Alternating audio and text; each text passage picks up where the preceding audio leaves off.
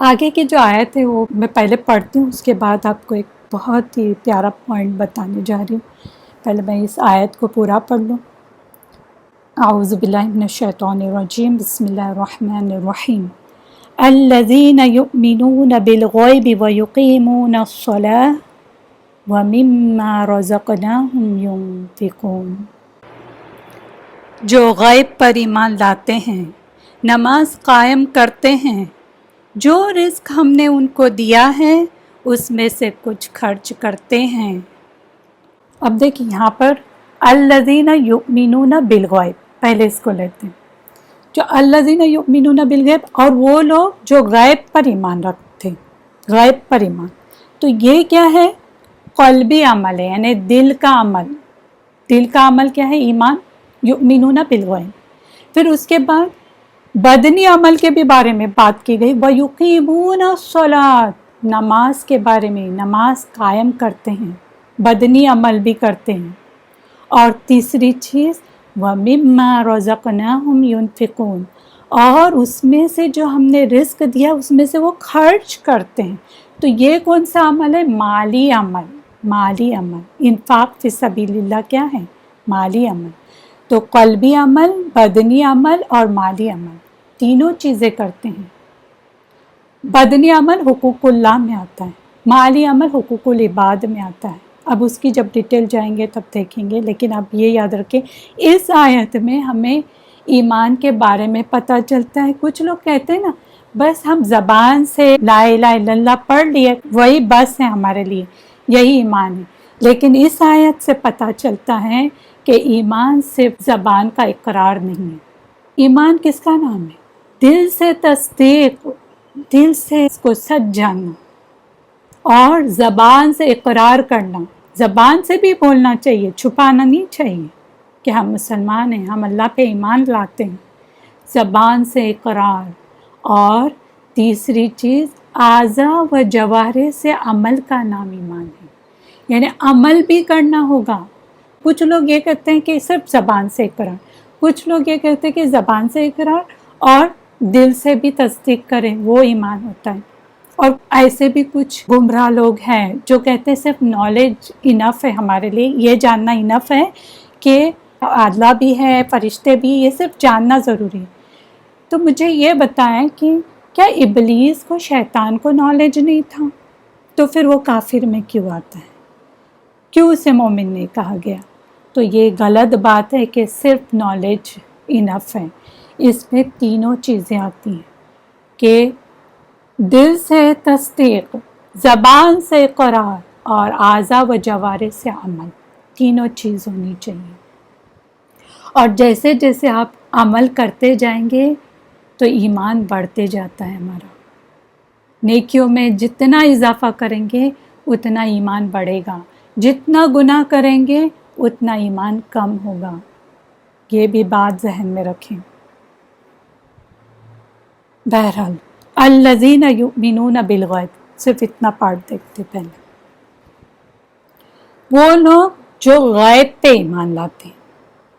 اب یہ کس کے بارے میں؟ قلبی عمل کے بارے میں بات کی جا رہی ہے کہ متقی لوگوں کی جو صفات ہیں وہ اب بیان کی جا رہی ہے یہاں سے کہ متقی ہیں کون، کون لوگ متقی ہیں۔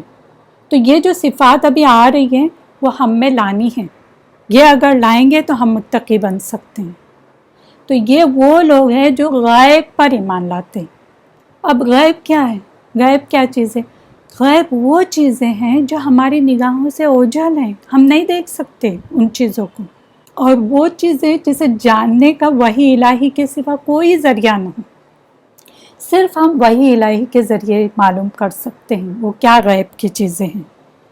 اور یہاں پر غیب بھی نہیں کہا گیا، کیا کہا گیا؟ الغیب، ال گرامر والے ال، ڈیفینائٹ آرٹیکل آ گیا، معرفہ آ گیا الغیب کے بارے میں، غیب کے بارے میں نہیں، الغیب کے بارے میں، یعنی خاص قسم کے غیب کے بارے میں کہا گیا۔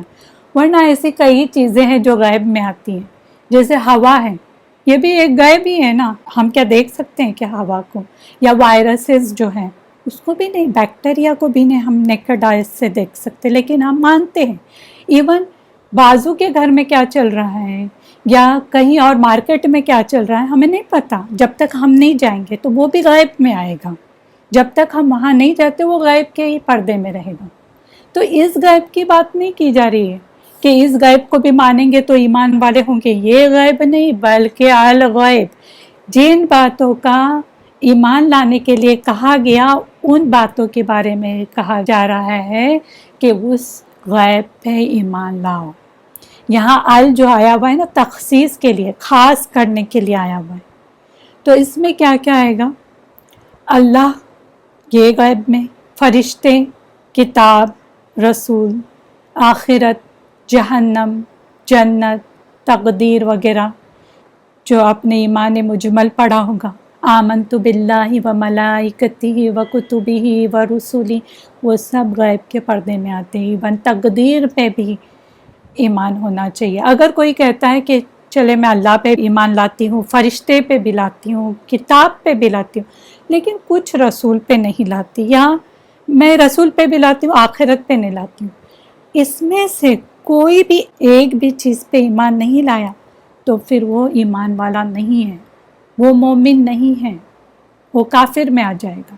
تو ہر چیز پہ ایمان لانا ضروری ہے جس چیز پہ بتایا گیا کہ ان چیزوں پہ الغیب پہ ایمان لانا ہے.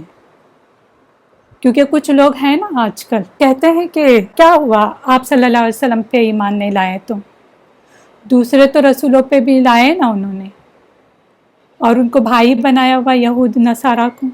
وہ تو آخرت پہ بھی ایمان رکھتے ہیں، اس پہ بھی ہے اور اس پہ بھی ایمان رکھتے ہیں، اللہ پہ بھی ایمان رکھتے ہیں. تو کیا ہوا؟ ایک رسول کو تو نہیں مانتے اور ان کے ساتھ مل جل کے رہتے ہیں لوگ، بولتے کہ یہ ہمارے بھائی ہیں. یہاں پر دیکھیں ایک چیز بھی اگر غیب میں سے آپ نے نہیں مانا تو ایمان نہیں ہے اس کا، وہ مومن نہیں ہو سکتا.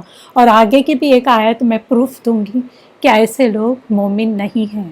جو لوگ کہتے ہیں کہ یہ یہود اور نصارہ مومن ہیں وہ غلط ہے، وہ آگے کی آیت بھی تصدیق کرتی ہے اسی بات کی. تو اب ہم کہتے ہیں کہ کتاب، تو کتاب پہ ایمان کیسا؟ غیب یہ کیسے غیب میں ہے؟ کتاب ویسے تو ہمارے سامنے موجود ہے، یہ کس طرح غیب پہ ایمان؟ تو یہ اس طرح کہ یہ کیسے نازل ہوئی یہ ہمیں نہیں پتہ کس طرح نازل ہوئی. صرف بتایا گیا کہ آپ صلی اللہ علیہ وسلم کے دل پہ نازل ہوئی، لیکن ہم نے کیا دیکھا ہے؟ یہ غیب کے پردے میں. پھر کیا طریقہ تھا؟ پھر آپ صلی اللہ علیہ وسلم کے دل پر کس طرح اتاری گئی؟ یہ سب غیب کے پردے میں. تو کتاب پہ ایمان لانے میں یہ ساری چیزیں آئے گی. تو ان ساری چیزوں کا تعلق جو ہے وہ غیب سے ہیں. ہم نے ان ساری چیزوں کو نہیں دیکھا، اور اپنے حواس جو سینسز ہیں اس سے بھی ہم معلوم نہیں کر سکتے. نہ سونگ کر، نہ دیکھ کر، نہ سن کر کسی طرح ہم معلوم نہیں کر سکتے. لیکن جن چیزوں پر ایمان لانے کہا گیا، خواہ وہ چیزیں ہمیں نظر آتی ہے یا نہیں آتی، ہم سب کو مانتے ہیں. غیب پر ایمان لائے بغیر کسی کو ہدایت نہیں مل سکتی. ہم نے دعا کی تھی نا اہدنا الصراط المستقیم، اچھا ہدایت چاہیے نا، سب سے پہلے یہ کام کرو کہ غیب پہ ایمان لاؤ. سب سے پہلی چیز ہمیں بتائی گئی یہ پہلی چیز کرو، آگے کی بھی اور چیزیں آئے گی. تم نے دعا تو کی، اللہ نے کہا ہاں میں نے ہدایت دے دی، پڑھنا شروع کرو، ہدایت ملتے جائے گی اور عمل کرنا شروع کر دو. کیونکہ ہدی للمتقین کے بعد شرط لگائی گئی کہ اگر ہدایت پانا ہے تو متقی لوگوں کی صفات اپنانی ہوگی، جس میں سب سے پہلے غیب پر ایمان لانا ہوگا. آپ کو سارے الغیب کو ماننا ہوگا. اگر کوئی الغیب میں سے کسی ایک چیز کا بھی تم نے انکار کیا تو اسے ہدایت نہیں مل سکتی. تو یہ الذین یؤمنون بالغیب، قلبی عمل ہمارا. اس کے بعد آگے وَيُقِيمُونَ الصَّلَاةَ، کیا کرتے ہیں؟ نماز قائم کرتے ہیں. یہاں کہا گیا بندے مومن جو ہوتے ہیں وہ نماز قائم کرتے ہیں. صرف نماز پڑھتے نہیں بلکہ نماز کو قائم کرتے ہیں. قرآن میں کئی جگہ پر نماز قائم کرنے کی بات کی گئی ہے. اس لیے ضروری ہے کہ صرف ہم نماز پڑھے نہیں بلکہ نماز کو قائم کرے، اقامت الصلاۃ کرے. اب یہ قائم کرتے کیا چیز ہے؟ کیا ہے قیام؟ اور یہ حقوق اللہ میں سے آتا ہے، یہ اللہ کا حق ہے کہ ہم نماز پڑھیں، فرض ہے ہمارے اوپر، اور یہ بدنی عمل ہے ہمارا، جو ایمان لانے کا جو ہم نے کہا تھا ڈیفینیشن کے اندر، تو بدنی عمل ہمارا یہ ہے کہ ہم یہ عمل کریں، ہم نماز پڑھیں۔ ایمان کیا کرتا ہے؟ ثبوت مانگتا ہے، کیونکہ بنیادی طور پر ایمان کا تعلق انسان کے اندر سے، جس کا ایمان مضبوط ہوگا اس کا عمل بھی صحیح ہوگا۔ اب دیکھیں جو بھی ایمان والا ہے وہ کبھی نماز چھوڑے گا کیا؟ اسے ڈر رہتا ہے، اسے فکر ہوتی ہے اپنے نمازوں کی۔ نماز کا تعلق عمل سے ہے، تو دیکھیں یہ اب ہمیں ایمان کا مطلب بھی سمجھ میں آ رہا ہے کہ صرف زبان سے صرف اقرار کرنے کا نام نہیں، صرف دل سے تصدیق کرنے کا نام نہیں، بلکہ کچھ کام کرنے کا بھی نام ہے، عمل کرنے کا بھی نام ہے، کمپلسری ہے ہمارے لیے، یہ بدن کا عمل ہے۔ ایمان اگر پکا ہوگا تو خود انسان کو اپنے نمازوں کی فکر ہوگی، وہ چین سے نہیں بیٹھ سکتا ہے۔ یہاں مؤذن اذان دے رہا ہے تو وہ اپنے کام پورے کرتے نہیں بیٹھے گا، اسے فکر ہوگی، وہ پہلے ہی وضو بنا کے اپنی نماز کے لیے تیار بیٹھا ہوگا۔ ایمان اندر کی کیفیت کا نام ہے، اگر اندر کی اصلاح ہو گئی تو پھر باہر کے اعمال کی بھی اصلاح ہو جائے گی۔ اس اندر کی اصلاح کا نام کیا ہے؟ تقویٰ۔ سب کنیکشن ہے، دیکھیے کنیکٹڈ ہے ایک دوسرے سے، کنیکشن ایمان کا تقوی کے ساتھ۔ ایمان دل کا عمل ہے اور نماز کیا ہے؟ بدن کا عمل ہے۔ تو عمل میں پہلا مطالبہ کیا کیا گیا ہے؟ نماز کا، عمل کے اندر نماز کا۔ قلبی عمل میں غیب پہ ایمان، ہمارے لیے یہ مطالبہ کیا گیا ہے سب سے پہلے نماز قائم کرنا۔ اب چلیں نماز قائم کرنا، اس میں کیا کیا آتا ہے؟ سب سے پہلی بات درست اور سنت کے طریقے پہ پڑھنا، جس طرح سے آپ صلی اللہ علیہ وسلم نے ہمیں پڑھایا، جس طرح سکھایا اس طریقے سے ہی پڑھنا۔ اگر آپ کہیں کہ میں رکوع سے پہلے سجدہ کرتی ہوں، آپ کی نماز باطل ہے، یہ صحیح طریقہ نہیں ہے۔ پھر دوسرا کیا آتا ہے؟